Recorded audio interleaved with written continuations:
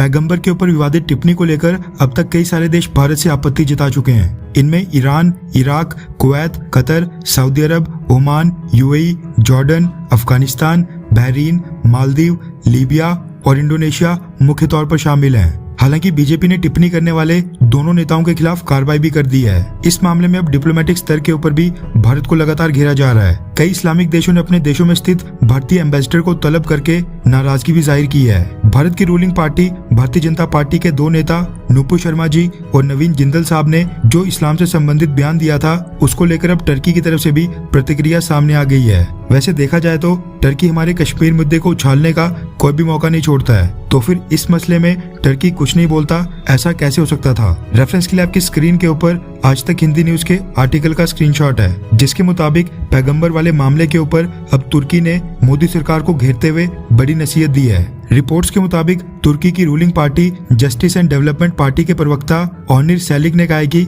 हम भारत की ruling party के नेता के अपमानजनक बयानों की कड़ी शब्दों में निंदा करते हैं। ओनिर सेलिक ने एक के बाद एक कई सारे ट्वीट करके कहा कि भारतीय जनता पार्टी के नेताओं के बयान न सिर्फ भारत के मुसलमानों का अपमान है, बल्कि दुनिया भर के मुसलमानों का भी अपमान है। उन्होंने विवादित बयान देने वाले बीजेपी नेताओं के ऊपर हुई कड़ी कार्रवाई का स्वागत किया। ओनिर सेलिक ने कहा, हम बीजेपी नेताओं के बयानों को लेकर पार्टी से उनके निष्कासन और भारत सरकार द्वारा उनकी निंदा किए जाने का स्वागत करते हैं। तुर्की इस बात से खुश है कि बीजेपी ने नुपुर शर्मा जी और नवीन जिंदल साहब को पार्टी से समय रहते बाहर का रास्ता दिखा दिया। सेलिक ने ट्वीट करके कहा, हम उम्मीद करते हैं कि भारत सरकार देश में बढ़ रहे इस्लामोफोबिया को रोकने और मुस्लिमों की धार्मिक स्वतंत्रता को मजबूत करने को लेकर और भी कदम उठाएगी। भारत में रहने वाले मुसलमानों की धार्मिक स्वतंत्रता को सुनिश्चित करने का काम करेगी। यानी अब तुर्की हमें सिखाएगा कि भारत को अपने मुसलमान भाई बहनों के साथ किस तरह का बर्ताव करना है और कैसा नहीं। टर्की का तो चलो समझ आता है, वहाँ पर 57 मुस्लिम देशों के इस्लामिक संगठन ऑर्गेनाइजेशन ऑफ इस्लामिक कोऑपरेशन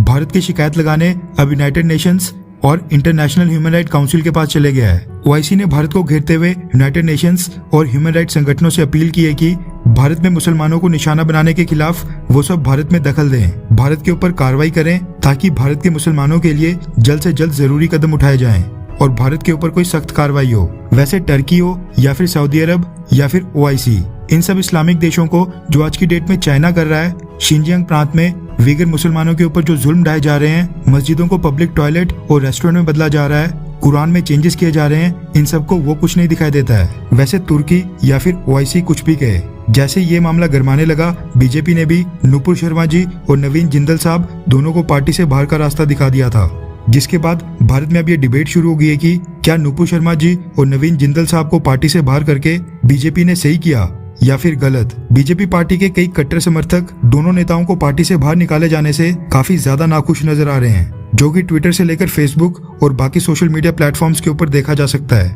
वैसे आप नीचे कमेंट करके जरूर बताएं कि क्या बीजेपी ने नुपुर शर्मा जी और नवीन जिंदल साहब को पार्टी से बाहर करके सही किया, हाँ या फिर ना। नीचे कमेंट करके अपनी राय जरूर बताएं।